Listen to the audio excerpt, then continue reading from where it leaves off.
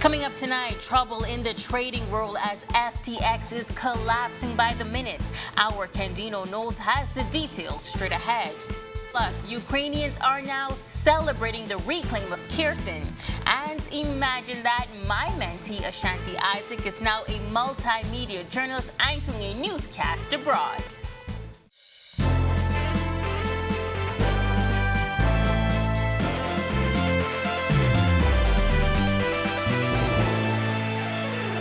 This is our News Weekend edition. Thank you so much for tuning in. I'm Megan Shepard. New developments tonight in the fallout for crypto exchange FTX, as the company says it has detected unauthorized transactions. Candino Knowles gets us caught up tonight. FTX analysts have flagged millions of dollars of assets moved from the platform in what the company calls suspicious circumstances. Sources telling Reuters that at least $1 billion of customer funds have vanished from the platform. Sources say the firm's founder Sam Bankman-Fried had transferred $10 billion to his trading company Alameda.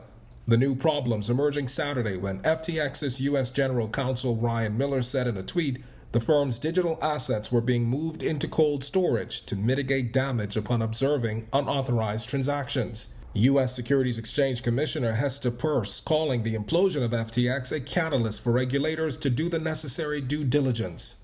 It's a good reminder for people to take some basic lessons from traditional finance into account. Counterparty risk is a real thing. You need to know when you're handing your assets over to someone else, what that someone else is doing with your assets. FTX filed for bankruptcy on Friday after traders rushed to withdraw $6 billion from the platform in just 72 hours. And rival exchange Binance abandoned a proposed rescue deal. The story sending shockwaves throughout the financial markets, with industry leaders weighing in on what some are calling the worst week in the worst year. Custodia Bank CEO and blockchain expert Caitlin Long telling CNBC the insolvency FTX had all along is being revealed. The grizzled veterans have seen this before, and we're all saying good riddance. There was way too much leverage applied to this industry, to an asset that absolutely cannot be leveraged safely ever. The Securities Commission of the Bahamas has frozen local assets of FTX, a statement this week confirming it also suspended the registration and applied to the Supreme Court for a provisional liquidator. The commission saying it is working with the provisional liquidator to obtain the best possible outcome. I have always stood in an area where I think that crypto is one of those very, very interesting things. Local trader N.N. Fernando speaking with Our News about the local implications, including potential job losses. Obviously being in the financial services area, a lot of people have gone in, come out, gone in, come out. A lot of people have been removed or have left or whatever it may be over the last few months. One or two people that I would have known. I'm hoping that they went into the situation getting the most out of it. FTX relocated its headquarters to the Bahamas last year, announcing plans to invest around $60 million to develop a hotel, a commercial center, and a new headquarters at Bayside Executive Park. The status and fate of those projects still unknown at this time. Reporting for Our News, I'm Candino Knowles. Thank you for that report, Candino. While Acting Prime Minister Chester Cooper weighing in on the huge setback of the highly anticipated sale of the Grand Zulkine Resort. Cooper says the global economic downturn and inflation played a role in the hesitation from Electra America Hospitality Limited. I think this is a good message that we haven't been significantly hurt in terms of our infrastructure, but the message still is that since Dorian, there hasn't been enough investment in infrastructure. The Grand Zulkine has seemingly been a hard sell, with neither the Minnis administration nor the Davis administration finding themselves successful in selling the landmark property. The Minnis administration bought the resort from Hong Kong conglomerate Hudson Whampoa in August 2018 for $65 million. In March 2020, the government signed a heads of agreement with Royal Caribbean Cruise Lines and the ITM Group. But as with many projects over the past 2 years, the COVID-19 pandemic impacted the agreement. Particularly in the South, there are some significant investments being proposed. The keys are back in terms of its touristic infrastructure.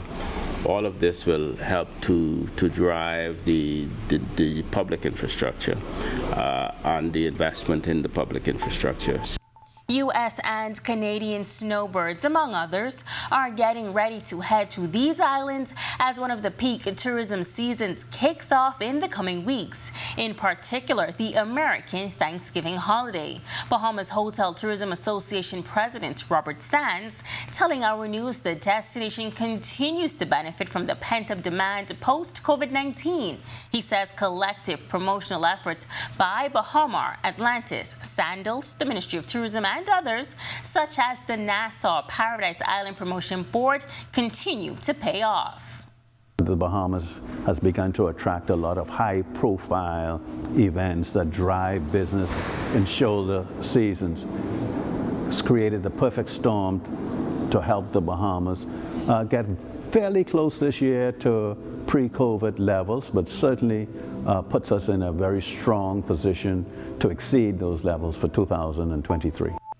National Security Minister Wayne Monroe says stiffer penalties will be implemented for offenders who breach the terms of bail, particularly those being electronically monitored. Monroe says those persons should not be placed back on bail after the violation.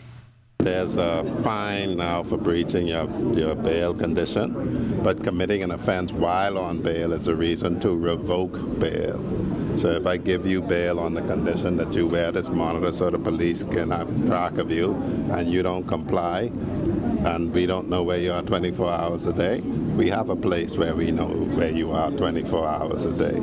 And if you can't comply with the rules for us to know it when you are outside, then we can house you where we know where you are 24 hours a day. Firearms are used in 90% of violent crimes in country. That's according to Commissioner of Police Clayton Fernander. His comments come during the Bahamas Customs Small Arms and Light Weapons Training opening ceremony held recently at police headquarters. The commissioner says so far this year, 329 firearms were recovered by police, which includes pistols and high-powered rifle. This number climbed over the weekend. We were successful in taking a number of firearms off our streets. 4,685 ammunition, assorted ammunition, also taken off the streets. Commissioner Fernander says the training is timely as the Royal Bahamas Police Force will officially launch the Firearms and Anti-Gang Task Force unit in less than 2 weeks to tackle the issue of illegal weapons and gang violence. National Security Minister Wayne Monroe also on hand for the opening of the training. That we're recovering guns off our streets that have been imported in a shorter time than the Royal Bahamas Police Force is able to legally import its weapons into this country. And so where it takes months to go through all of the proper documentation to control the flow of arms for a police organization, criminal elements do not have those concerns. Showing that it cares about its customers, the Grand Bahama Power Company gives tips on managing energy. And Ukrainians are in celebration mode as their military forces take back Kherson. That's coming up when Our News Weekend edition returns.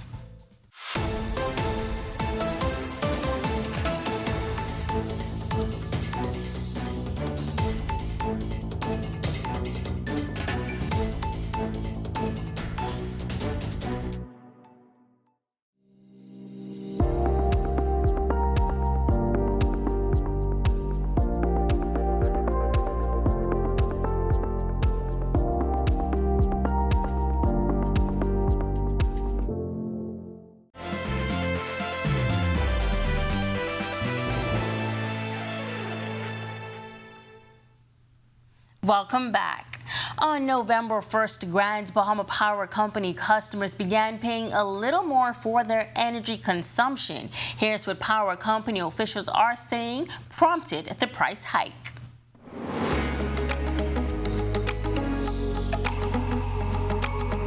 Between 2016 and 2022, Grand Bahama Power Company customers paid about 10 cents per kilowatt hour, but that's not the case today.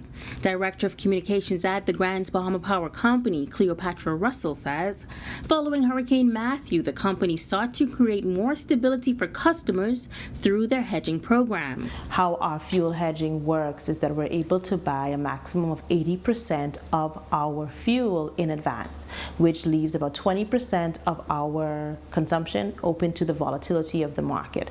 And so the increase that our customers are presently seeing is as a result of that 20% that we're hedging on the open market.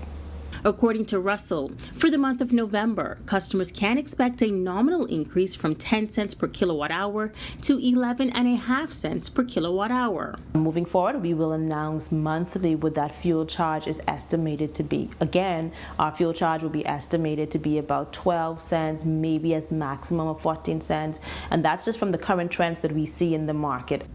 She adds that several programs are currently in place to educate customers on managing their energy usage. And the power company isn't only telling, they're showing how it can be done. Located in the Region Center is a smart home that customers can visit. The goal of the smart home is to allow our customers to come on in and simulate their home in real time and see how the appliances within their home impact their energy usage. We encourage our customers to also sign up for Energy Advisor.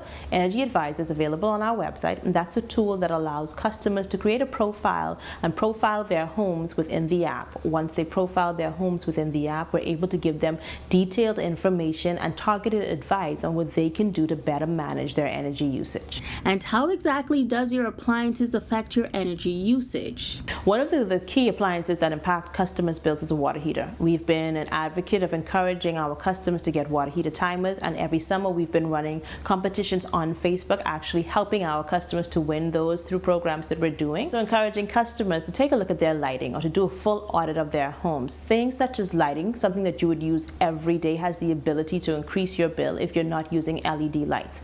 Russell is also encouraging residents that may be experiencing challenges to reach out. There's a program that we have that allows us to align the due date of their bill with their pension payment date. This is because we genuinely believe that they are the vulnerable in our society, and we don't want to see them inconvenienced or interrupted with service in any way. We also have a program for individuals who may be going through tough times or any illnesses to come in, and we encourage them to have a conversation with us as well so that we can create lenient payment plans if they need to.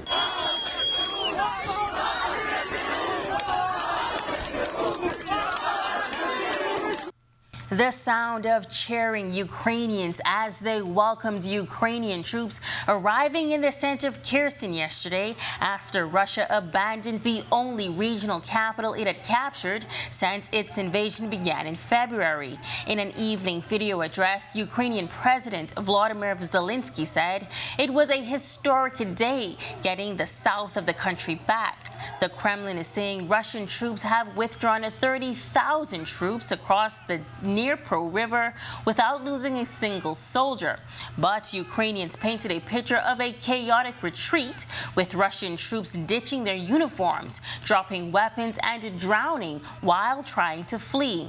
This withdrawal marks the third major Russian retreat of the war and the first to involve yielding such a large occupied city in the face of major Ukrainian counteroffensive that has retaken parts of the east and south. And still to come on Our News Weekend Edition, we have a special generation next for you. I am proud to say my mentee, Ashanti Isaac, now has a news anchor position in Georgia. And our Jean Joseph has the details on the difference in shad fur when Our News Weekend Edition returns.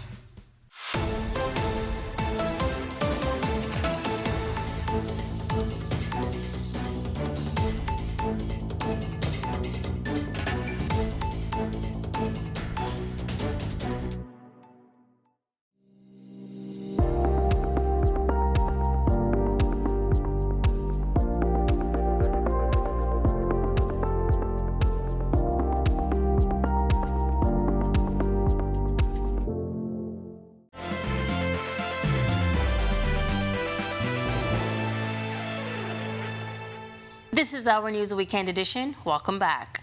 Prime Minister Philip Davis continuing his call for world leaders to come together to assist small island developing states like the Bahamas when it comes to climate change. His comments came on the sidelines of COP27, the UN's climate change conference in Egypt. We can't do it alone. What our new reality is not as a result of what we would have done, but what the industrialized world would have done. And therefore they have to come to the rescue of small island development states such as ours. And that is the one voice that you're hearing throughout the theme here.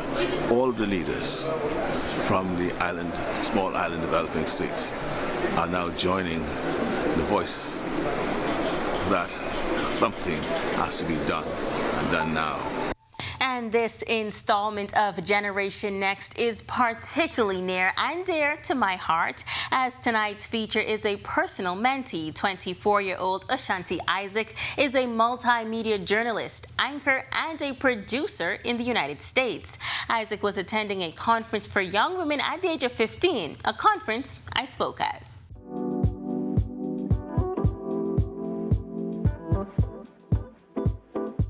I just remember saying, like, that's something I want to do. Like, I just want to be able to speak and get paid to do it.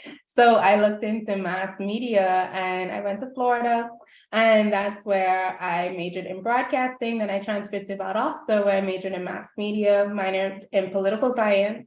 And then I got the opportunity to work at WALB News 10, which is a Southwest Georgia news station.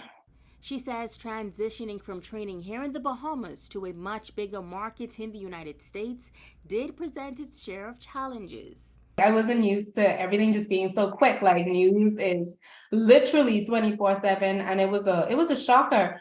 And coming from, Freeport and going to college and then making that decision to stay, that was even worse. And I didn't really get to make that decision on my own. It was mostly COVID, because COVID happened and then it shut down everything. And I had to make the decision to go back to school just so I could stay over here. The talented anchor shares what it's like balancing the various aspects of her career.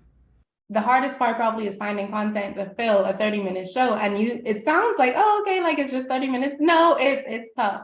It's so tough because you have to talk for about 15 of those minutes.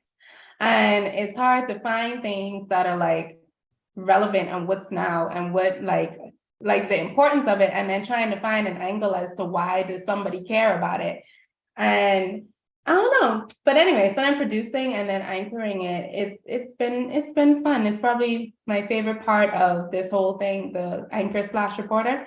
Definitely producing/anchoring. Isaac says the journey has started that what is for you won't miss you, and God will surely give you double for your trouble. I applied to go to WALB back in February. And then I had this whole fiasco with my driver's license being from another country. And I sat out for 6 months. 5 months into my 6 months waiting period, I got the phone call and it was like, well, we're just calling to make sure that you're still interested because this position is still open for you, but we have something else is coming because now we need a weekend anchor. And you have no experience anchoring, which I didn't, had no lick experience, like none. And it just worked out for me. Like, I just had favor and God just really blessed me. And that's how I got to that point. So for anybody who has a dream, you just got to believe in yourself and keep pushing. While her family is her biggest motivation, she says finding a work-life balance is currently her biggest challenge. And I still haven't figured it out because it's hard trying to be a wife and then being a mom and then being a businesswoman on top of that and a career lady on top of that. Like, it's so hard. And then trying to have a social life and not getting to feel old because I'm only 24. Her advice to others, stay the course. Just because you got to know or not right now or you got to wait, it doesn't mean that that's like the end of your journey. It doesn't mean it's the end of your story, especially if it's your passion, especially if you wake up every day and say, man, this is what I want to do. Like, you can't see yourself in any other career field. You can't see yourself working for nobody else. Like, this is all what you think about every single day. Go for it. And once again, congratulations to you, Ashanti, someone I am so very proud of. Just after the break, the weather report is on the way. And our Jean Joseph tells us what's different about Shadford. That's coming up when the weekend edition returns.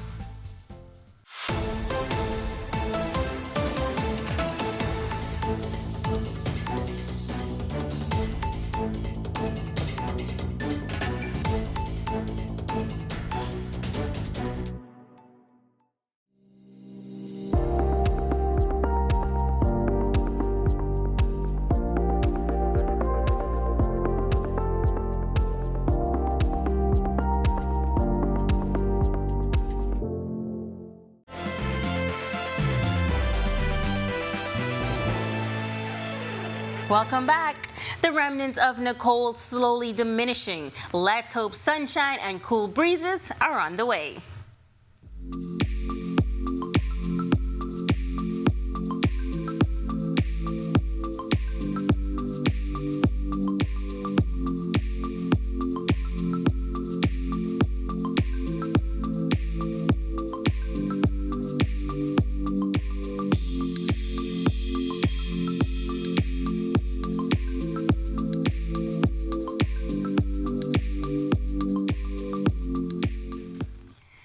Four-year-old Shadfer always knew he was different, drawn to creative activities, and always the center of attention. Today, he is a full-fledged entertainer, directing and acting in films, making music, and doing stand-up comedy. Our Jean Joseph took the time to learn more about this young creator.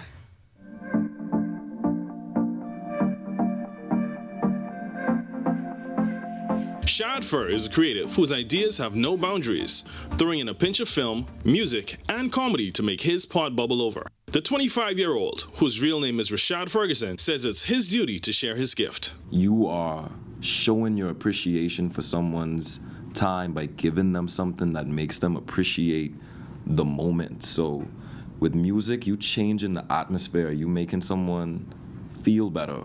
With comedy, you making someone laugh. With acting, you are literally pretending to be someone else, but it teaches us more about what it means to be human. So entertaining to me is it's a job, but it's also a service to humanity and to myself. Shadfer has taken his talent to the extreme by not only writing and acting in films, but also co-producing with his fellow creative, Charo the Fox. The pair have released a few projects as a collective, but their Konken Jutsu, a short Bahamian martial arts film, is his pride and joy. That's one of the most underrated pieces of Bahamian film out right now. Like, if you ask me, like, the quality came out way better than we ever could have expected, and it was really just three of us. It was me and Charo. Me and Charo, we wrote it, directed it, we starred in it. We even choreographed the fight. Shadfer says he wants to continue to push the envelope and encourages others to break the barriers and share their creativity with the world. We could watch ourselves in high quality and just focus on creating a great story with great quality, with the right filming technique, and what happens is people from around the world naturally feel drawn to us because the story is good, because we're humans. They're gonna relate to it whether they understand what bongi mean or understand I is versus I am. Like, those things don't matter when you have a good story. In addition to his film works, he says he also has music for every listener. I have hundreds of songs online on streaming platforms like Spotify, Apple Music, iTunes, Amazon Music, YouTube. There's rap there and hip hop. There's R&B, there's funk, there's pop, there's alternative music, a little bit of I could do country, and all that is just all expression. So you ain't really got no excuses. Knowing the struggles of being an artist in the Bahamas firsthand, he makes this plea on behalf of the creative community. There are opportunities for you to make money by investing in the art, because that's where a lot of people stuck right now. They need money. They need to afford these cameras, afford this equipment, afford this studio time. And so don't be afraid to invest in us, because we are going places. And I promise you, 5, 10, 15 years from now, y'all gonna realize that a lot of Bahamians were really on to something amazing. And trust me, don't be a part of the side that didn't believe. For more from Shadfer, follow him on social media and watch Konken Jutsu exclusively on Instagram. For Our News, Arts and Entertainment, I am Jean Joseph. Thanks so much, Jean. And just before we go, we want to wish our weekday anchor, Italia Hall, a very special happy birthday as she continues to celebrate in the middle of Scorpio season. Happy birthday, Italia. We hope you are enjoying your day. And to you at home, thank you so much for tuning in to Our News Weekend Edition. On behalf of the entire team, I'm Megan Shepherd. Enjoy the rest of your weekend.